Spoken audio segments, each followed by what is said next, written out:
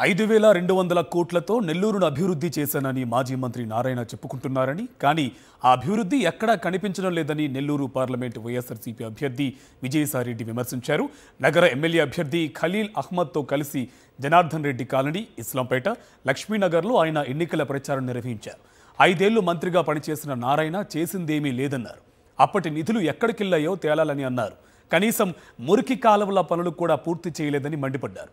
తమను గెలిపిస్తే అహర్నిశలు పనిచేసి ప్రజలకు అన్ని సదుపాయాలు కల్పిస్తామన్నారు.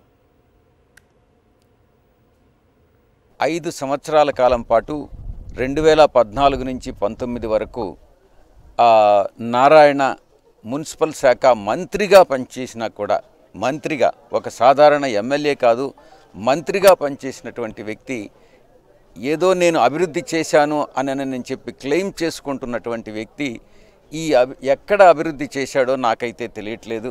ఈ అభివృద్ధి అన్నటువంటిది ఎక్కడా కనపట్లేదు.